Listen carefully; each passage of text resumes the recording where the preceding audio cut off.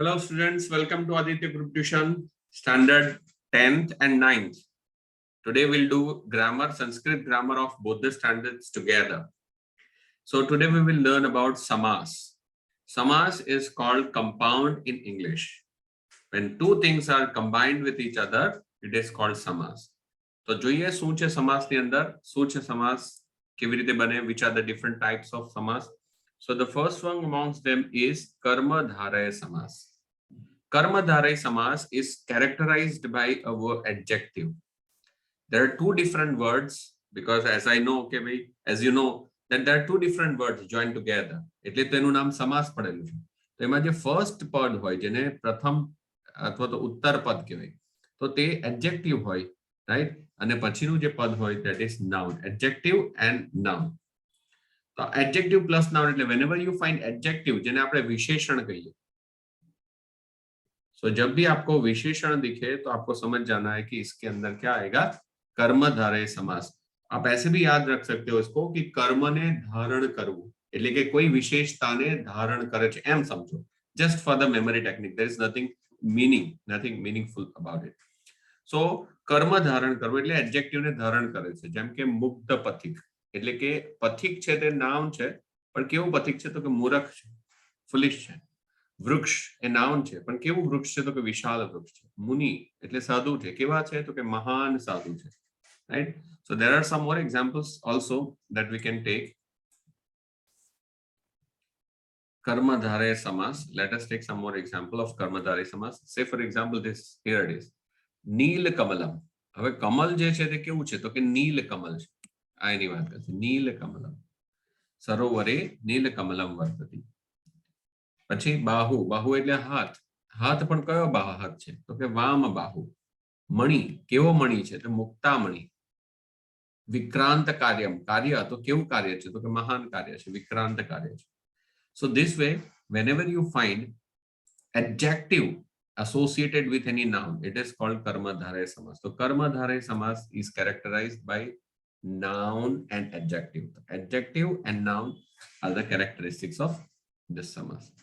Apart from that, karmadharaya samas માં જે adjective છે, એક adjective માં number can also play a role of adjective.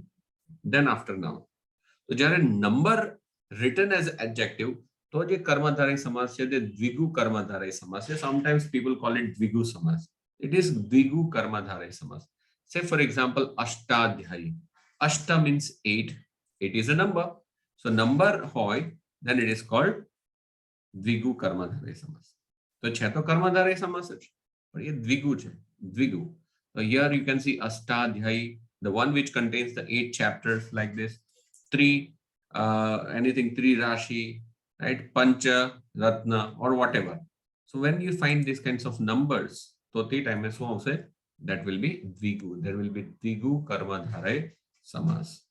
Then also there is one more Karmadharaya Samas where you will find two nouns. There is no adjective. But मैं तो M कीधु कि adjective is compulsory. तो ये adjective तो है नहीं. तो how will you say? तो અહીંયા તમે ચેક કરો, there are two words, મુખ અને કમલ. મુખ એટલે મોઢું અને કમલ એટલે કમળ. બટ ફર્સ્ટ વર્ડ જે મુખ છે તે મેઇન વસ્તુ છે અને એ કોના જેવું છે તો કે કમળ જેવું છે. It is compared with something. મતલબ એક જાતની એડજેક્ટિવ એડિશનલ ઇન્ફોર્મેશન જ આપેલી છે અબાઉટ ધ મુખ. મુખ કેવું છે તેના વિશે, એટલે વિશેષણ જ કહેવાય એક રીતે જોવા જઈએ તો. સો here one noun is used as વિશેષણ for the second noun. જ્ઞાનાનૃપમ, જ્ઞાનામૃતમ, તો જ્ઞાન રૂપી અમૃત, જ્ઞાન જેવું અમૃત. તો છે મેઇન વસ્તુ કઈ અમૃત, પણ કોના જેવું તો કે જ્ઞાન રૂપી અમૃત છે. અમૃત છે પણ જ્ઞાન રૂપી અમૃત. નરપુંગવ, તો કે પુંગવ છે એટલે કે મનુષ્ય છે પણ કેવો છે, નર જેવો, નરપુંગવ. તો આવી રીતના જ્યારે ટુ નાઉન્સ, અહીંયા છે two nouns, but both the nouns માંથી એક noun is used as adjective. Yes, that's it. Adjective ની જેમ વપરાય તો તેને કહેવાશે આપણું કર્મધારય સમાસ. તો કર્મધારયમાં આ લોકો એક જ આપેલું છે, but there are many other different which I have shown you. There are some other as well. જેમ કે કોઈ પણ વસ્તુની પાછળ અંતરમ આવે તો પણ એ કર્મધારય સમાસ આવે. જેમ કે ગ્રામાંતરમ, યુગાંતરમ, ભાષાંતરમ, etc. Right? So here you can summarize or the karmadharaya samas one in which adjective plus noun, then there is noun used as adjective and another noun, or you can have dvigu, that is number then noun, this is dvigu, and the fourth one is antaram. So there are four different ways: adjective, noun as an adjective for the other noun, number as an adjective for the other noun, and antaram. तो इसमें से ये जो सारे हैं, इसको क्या बोलते हैं? इसको सारे को बोलते हैं, ये जो सारे हैं सारे को बोलते हैं कर्मधारय समास, कर्मधारय समास, कर्मधारय। लेकिन इसके लिए अलग से नाम है द्विगु कर्मधारय समास, द्विगु कर्मधारय समास, आप ऐसे याद रख सकते हो। नेक्स्ट वन इज द्वंद्व समास। द्वंद्व मतलब कपल, जोड़ी। So whenever two words are connected, when you remove them or you separate them, it gets converted into ke athwa ane, and or. It gets converted either into or and or. Say for example, Bhoj Govindayo. So King Bhoj and Govindayo. Two things are there. So this and this. Shishir Vasant. Shishir and Vasant both are the Ritu. These are the seasons. Shishir and Ritu. Jash and Mrityu. Janma and Mrityu. Draupadi, Bhim, Yudhishthir. So here there are these and this. મિથુનમ, મિથુન એટલે એક વસ્તુનો આવે જ નહીં, બેનું જોડકું જ આવે એટલે કપલ. યુવયો એટલે આપણે બે જણા, એ પણ બે જણા છે, પ્લુરલ. અશ્વિનો, બે અશ્વિન કુમારો. તો આવી રીતના when you find અને અથવા કેથી જોઈન થાય તેવા કોઈ પણ વર્ડ્સ, તો તેમાં દ્વંદ્વ સમાસ આવશે. દ્વંદ્વમાં પણ પાછા બે જાતના છે, સમાહાર દ્વંદ્વ અને ઇતરેતર દ્વંદ્વ. What is differentiation between these two? So the differentiation is somewhat like this. So samahar dvandva, singular, it is always written in singular and mostly ends with ma. Singular માં આવે અને મ થી end થાય. જ્યારે ઇતરેતર દ્વંદ્વ જે ખરો એ ડ્યુઅલ માં અથવા તો પ્લુરલ માં બંને રીતે આવી શકે, dual or plural, accept the singular. જેમ કે મિથુનમ, મિથુનમ એટલે જોડી, તો જોડી એક જ છે, પણ એ જોડી itself has two things, એટલે એ સિંગ્યુલર માં છે એટલે એને સમાહાર કહેવાય. એકમાં જ બે વસ્તુ સમાઈ જતી હોય તેને સમાહાર સમાસ કહેવાય. Let us see some more examples. જેમ કે we'll have to see દ્વંદ્વ સમાસ, right? So here you can see દ્વંદ્વ સમાસ, where is ઇતરેતર દ્વંદ્વ સમાસ. ઇતરેતર દ્વંદ્વ સમાસ એટલે જેની અંદર two or more than two વસ્તુ આવશે. વરુણ, બ્રહ્મ, ઇન્દ્ર, રુદ્ર, મરુત, રામ, લક્ષ્મણો એટલે રામ, લક્ષ્મણો એટસેટ્રા પ્લુરલ માં છે, અવાયું એટલે, રાઈટ? તો આમાં રામઃ લક્ષ્મણ ચ, રામ અને લક્ષ્મણ એ પ્લુરલ માં છે. So it is either, it comes either in dual or a plural. જ્યારે સિંગ્યુલર માં આવતા હોય તો એ સમાહાર થાય, એકમાં જ સમાઈ ગયેલું છે એમ યાદ રાખવાનું. It is actually within one word there are two different words. પાણી પદમ, તો અહીંયા મ પણ દેખાય છે, it is characterized by m. and પાણી પદમ, વીણા મૃદંગમ, તો વીણા મૃદંગમ પાણી પદમ જાણે એક જ વર્ડ છે એ રીતના યુઝ થયેલું છે. તો this is singular and it is usually characterized by m. તો આ મ વાળું આવતું હોય તો સમાહાર દ્વંદ્વ, otherwise it is ઇતરેતર દ્વંદ્વ. Okay, let's move ahead. The next one is બહુવ્રીહી સમાસ. બહુવ્રીહી સમાસ is characterized by જેનું આવું હોય તે, યસ યસ, જેનું છે તેવું, બહુવ્રીહી. એટલે આપણે બહુ, हम लोग બહુ को याद रख सकते हैं कि આ કોણે કર્યું, આ શું કર્યું, કઈ બી હોય તો બધો બ્લેમ કોના પર જાય? Ultimately the blame goes to the બહુ. હા, તો you can remember it like જેણે આ કર્યું તે કોણ? તો કે બહુ. जिसने ये किया वो कौन? बहू. इस तरह से आप जिसका ये हो वो, जेनु आऊ होय तेऊ, तो इस तरह से आप याद रख सकते. जैसे कि चक्र पानी, तो चक्र मतलब सुदर्शन चक्र और पानी का मतलब हाथ होता है. लेकिन यहाँ पर हम चक्र की भी बात नहीं कर रहे, पानी की भी बात नहीं कर रहे, लेकिन हम बात कर रहे जिसके हाथ में चक्र हो वो, जिसके हाथ में, जिसके यहाँ पर ये हो. वृकोदर मतलब जिसका पेट बड़ा हो वो. प्राप्त विद्या मतलब जेने विद्या प्राप्त करी होय ते. निमिलिताक्ष मतलब जेनी आंख बंद होय ते. भव्य मूर्ति मीन्स जेनी मूर्ति मोटी होय ते. अतिथि जेनी आववानी तिथि नक्की न होय ते, राइट? तो આવી રીતના જે આવું છે તે, યસ્ય સ, આવું કઈ આવતું હોય તો that is called बहुव्रीहि समास. So बहुव्रीहि समास के और एग्जांपल्स भी हम लोग देख सकते हैं. तो यहाँ पर कहाँ गया बहुव्रीहि समास, ये देख सकते हैं आप, ये रहा बहुव्रीहि. तीक्ष्ण बुद्धि, जिसकी बुद्धि तीक्ष्ण हो वो, हम उसकी बात कर रहे हैं. बहुमत्स्य, जहां पर बहुत सारी मछलियां हो वैसे तालाब की हम लोग बात कर रहे हैं. जात हर्ष, जो खुद पैदा हो, खुद से खुश हो, वैसी बात कर रहे हैं. સ્નેહ સે પૂર્ણ, સ્નેહપૂર્ણ જેની દ્રષ્ટિ સ્નેહથી પૂર્ણ છે તેની વાત करे છે। स्नेहपूर्ण दृष्टि यस यस यहाँ पर हम दृष्टि की भी बात नहीं कर रहे, स्नेह की भी बात नहीं कर रहे, लेकिन उस पर व्यक्ति की बात कर रहे जो व्यक्ति स्नेहपूर्ण दृष्टि वाला है उसकी। लब्ध पद, लब्ध पद मतलब जिसको जिसने प्राप्त किया हो, लब्ध पदेन येन सह, गत रोग गतः रोग यस्य यस्य कृत बुद्धि कृता बुद्धि येन सह, जिसकी बुद्धि हो वैसा। तो यहाँ पर हम बात कर रहे हैं ऋषि की, लेकिन हम लोग लिख रहे हैं क्या, कृत बुद्धि। हम बात करें नर की, गतो रोग। नीच की बात करें, लब्ध पद। तो यहाँ पर सारी जगह पे आप देख सकते हो बात हम किसी और की करना चाहते हैं, लेकिन कैरेक्टरिस्टिक्स कुछ अलग लिखे हुए हैं। जैसे इसका जो हो वो, तो जेनु आવું હોય તે એવું યાદ રાખશો એટલે તમને ખબર પડી જશે, ઇટ ઇઝ બહુવ્રીહી સમાસ। then comes very very easy समास, that is अव्ययी भाव समास। अव्ययी भाव समास, तो यहाँ पर अव्यय आएगा।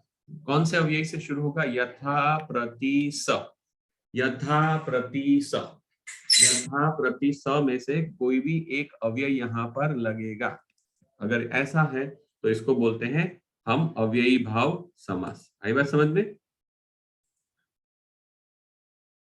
तो यथा प्रति स, यथा प्रति स, यहां से अगर कोई भी शब्द शुरू होता है तो इसको बोलते हैं अव्ययी भाव समास। अव्ययी भाव समास क्योंकि इसमें अव्यय आता है इसलिए। नेक्स्ट वन इज तत्पुरुष समास। तत्पुरुष समास, इसमें दो तरह के आते हैं, उपपद तत्पुरुष और दूसरा आता है विभक्ति तत्पुरुष। उपपद विभक्ति अगर जब भी आपको दिखे उपपद, तो उपपद में क्या आएगा, एक्शन आएगा, action, verb. Verb is compulsory सी। तो हम ऐसे याद रखते हैं, बंदर कैसे होता है, हुक हुक हुक हुक करते रहते हैं, तो ऑलवेज इन एक्शन। जो वर्ब होता है तो उपपद समास, उप बंदर याद रख सकते हैं आप लोग, एक्ट एक्शन की तरह, ठीक है ना। तो अगर ऐसा है तो उपपद तत्पुरुष समास है, जहां पर कोई भी एक नाउन और दूसरा वाला वर्ब दिखे तो उसको बोलेंगे उप तत्पुरुष। और कौन सा तत्पुरुष, उपपद तत्पुरुष। और दूसरा वाला होता है उसमें भी दो नाउन रहेंगे, लेकिन दो नाउन के बीच में कोई भी एंडिंग लगेगा, यहाँ पर कुछ ना कुछ लगेगा जिससे हमको पता चलेगा कि इसकी विभक्ति कौन सी है। विभक्ति तो आपको पता ही होगा, सब्जेक्ट, ऑब्जेक्ट, बाय या फिर विथ से शुरू होता है तो तृतीय विभक्ति। देन चौथे से क्या आएगा, फॉर, फ्रॉम, ऑफ। ये होगा 4, 5, 6। आसानी से याद रख सकते हैं आप लोग। 4 मतलब चार, चार मतलब फॉर, फॉर 4, आप ऐसे याद रख सकते हो, फॉर 4, ठीक है, ये वाला। और यहां तक आएगा सप्तमी विभक्ति, कोई भी प्रेपोजिशन आएगा, इन, अबव, अंडर, बिलो, ऐसे कुछ भी आएगा, तो ये विभक्ति तत्पुरुष रहेगा। इसमें से कोई भी साथे, बाय अथवा विथ, द्वारा अथवा तो विथ साथे, फॉर मतलब इसके लिए, फ्रॉम मतलब फ्रॉम से, ऑफ उसका, राइट। इसे ऐसे किसी भी चीज से ये लगा हुआ होना चाहिए।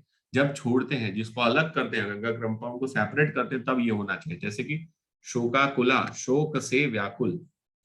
मंत्रपुतम, मंत्र से पवित्र किया हुआ। नरपति, नर का पति। ज्ञानोदय, ज्ञान का दरिया।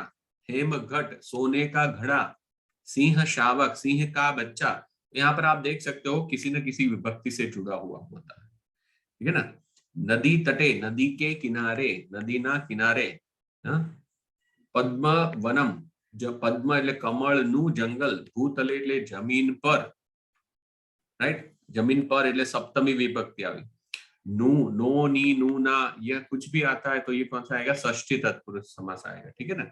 बाय या फिर विथ आएगा तो तृतीय तत्पुरुष आएगा। तो तत्पुरुष शुरू में दिखेगा आपको, यहाँ पर आप देख सकते हो तत्पुरुष समास। तो तत्पुरुष समास ऐसे कैरेक्टराइज होता है कि इसमें मरणासन्न, मरणस्य आसनम, मरणम आसनम, तो यहाँ पर द्वितीय है, मरणम आसन, मरण ना आसन पर छे, मरण ने आसन। मेघ जलम, वर्षा मेघस्य जलम। गर्व पूर्ण वाणी, गर्व पूर्ण, गर्व से भरा हुआ, गर्व पूर्णा, तो गर्वेण पूर्णा, तो एण पूर्णा तो तृतीय आ गया। मेघस्य जलम, तो यहाँ पर आएगा षष्ठी तत्पुरुष समास। मरणम आसन, तो द्वितीय विभक्ति तत्पुरुष समास। तो किसी ना किसी विभक्ति से अगर कोई चीज जुड़ती है तो उसको बोलते हैं विभक्ति तत्पुरुष समास, ठीक है। अगर विभक्ति नहीं है तो क्या आएगा, उपपद तत्पुरुष समास। उपपद, उपपद में एक्शन कंपलसरी चाहिए, कोई भी एक्शन वाला वर्ब चाहिए मतलब चाहिए ही। ठीक है।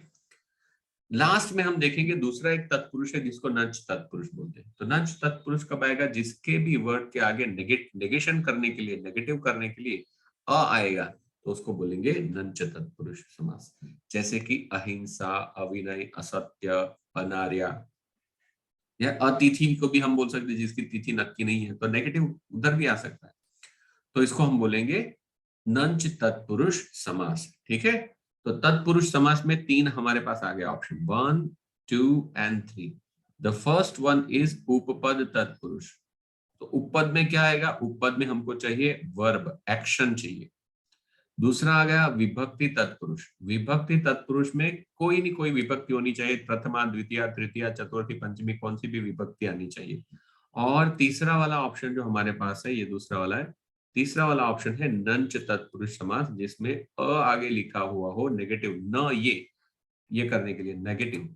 आप यहाँ पर भी नंच तत्पुरुष देख सकते हैं, जैसे कि अधर्म मतलब धर्म न हो वैसा, असत्यम जो सत्य न हो ऐसा, अनुचितम मतलब जो न उचित हो वैसा, अनागतम जो न आगतम ऐसा।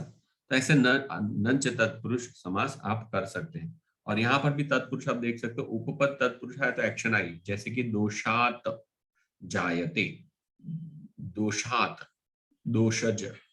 तो ज मतलब पैदा होने वाला, उससे पैदा हो वैसा ज। देखिए आप देख सकते हो कहीं पर भी अगर क लिखा हो या फिर का या फिर कर लिखा है तो करने वाला ऐसा एक्शन आएगा। ज होता है तो पैदा करने वाला, जैसे कि पंकज, हम देख सकते हैं पंकज, तो पंक मतलब कीचड़, कीचड़ में पैदा होने वाला, ज मतलब जायते, पंके जायती इति पंकज। तो ज मतलब पैदा होना, राइट।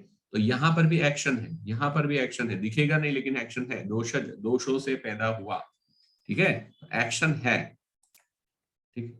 तो यहाँ पर हमारे खत्म होते हैं सारे के सारे समास। सारे समास को अगर फिर से एक बार अगर देखना चाहते हो तो आप फिर से कर सकते हो। कर्मधारय समास 4 तरह से आते हैं। कर्मधारय समास आने के लिए एडजेक्टिव प्लस नाउन होना चाहिए, नाउन प्लस नाउन जिसमें पहला वाला नाउन एडजेक्टिव के फॉर्म में हो, सिमिली, फिगर ऑफ स्पीच अगर बात करो तो सिमिली, ऐसा वाला ये। दूसरा आता है द्विगु, द्विगु के अंदर क्या आएगा? कोई ना कोई नंबर आएगा, जैसे कि त्रि, पंच ऐसा आएगा। अंतरम अगर पीछे लगा हुआ हो तो भी उसको हम बोलेंगे कर्मधारय समास। तो इसकी खासियत है एडजेक्टिव, या नंबर के फॉर्म में एडजेक्टिव हो, किसी नाउन के फॉर्म में, या फिर एडजेक्टिव के फॉर्म में, और लास्ट में एक अलग से है अंतरम जहां लिखा हुआ वहां। द्वंद्व समास 2 तरह के होते हैं, एक तो होता है इतरेतर द्वंद्व जो कि ड्यूअल या फिर प्लूरल में आता है, और दूसरा होता है समाहार द्वंद्व। द्वंद्व समास मतलब जोड़ी होती है, और अगर पीछे लास्ट में म लिखा हुआ हो तो वो सिंगुलर होगा, और वो होगा हमारा समाहार, क्योंकि एक ही के अंदर 2 चीजें समाहित होती है इसलिए। बहुव्रीहि समास में हम याद रखेंगे मेमोरी टेक्निक, बहु। बहु का मतलब कहीं भी कुछ भी घर में होता है तो हम ब्लेम किसके ऊपर डालते हैं? बहु के ऊपर। तो यहाँ पर याद रख सकते हैं, जिसका ये हो वो कौन? ओके, वो। जिसका ये हो वो कौन? तो वो बहु। ऐसे करके आप बहुव्रीहि समास को याद रख सकते हैं। अव्ययी भाव समास में अव्यय आएंगे यथा, प्रति, स नाम के कोई ना कोई अव्यय लगे हुए होंगे आगे। तत्पुरुष समास में 2 प्रकार के होते हैं, 3 प्रकार के।